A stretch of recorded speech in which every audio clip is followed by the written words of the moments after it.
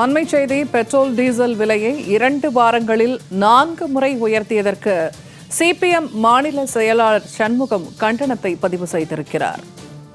இதில் தோட்டத்தில் பாதி கிணறு என்பது போல மத்திய மாநில அரசுகள் வரி மூலம் வருவாயாக பெறுவது மட்டும் 50% என்று சண்முகம் தெரிவித்திருக்கிறார்.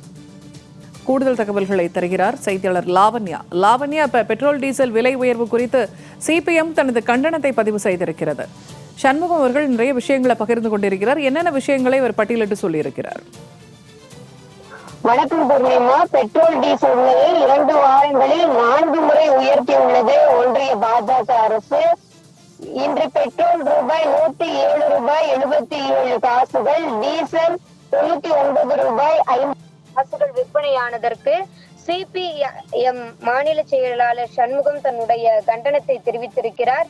இதில் தோட்டத்தில் பாதி கிணறு என்பது போல மத்திய மாநில அரசுகள் வரி மூலம் வருவாயாக பெறுவது மட்டும் 50% என குறிப்பிட்டிருக்கிறார். அவர் வெளியிட்டிருக்கக்கூடிய அறிக்கையில், உங்களால் சர்வதேச சந்தையில் விலையை குறைக்க முடியாது, அமெரிக்க ஈரான் சண்டையை நிறுத்த முடியாது, விலைவாசி உயர்வால் மக்கள் விழி பிதுங்கி பரிதவிப்பது ஆட்சியாளர்களின் கண்களுக்கு தெரியவில்லையா என்று பல்வேறு கேள்விகளை எழுப்பியிருக்கிறார் மாநில செயலாளர் சண்முகம்.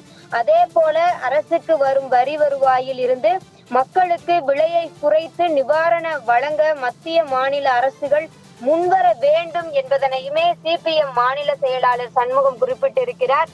தொடர்ந்து இடதுசாரிகள் பெட்ரோல் டீசல் விலை உயர்வை கண்டித்து போராட்டங்களை நடத்தி வருகிறார்கள். அதே சமயம் உடனடியாக அதற்கு எதிர்வினை ஆற்றி வருகிறார்கள். அறிக்கைகள் மூலமாக தங்களினுடைய கண்டனங்களை தெரிவிக்கிறார்கள். அவர்களினுடைய மாணவ அமைப்புகளுமே தொடர்ந்து போராட்டத்தில் ஈடுபட்டு வரக்கூடிய ஒரு சூழலில் தொடர்ந்து 2 வாரங்களில் 4வது முறையாக பெட்ரோல் டீசல் விலை உயர்த்தி மத்திய அரசு வெளியிட்டிருப்பதனை கண்டித்து தற்பொழுது சிபிஎம் மாநில செயலாளர் சண்முகம் அறிக்கை வெளியிட்டிருக்கிறார். பூர்ணிமா, தகவல்களை வழங்கியமைக்க நன்றி லாவண்யா.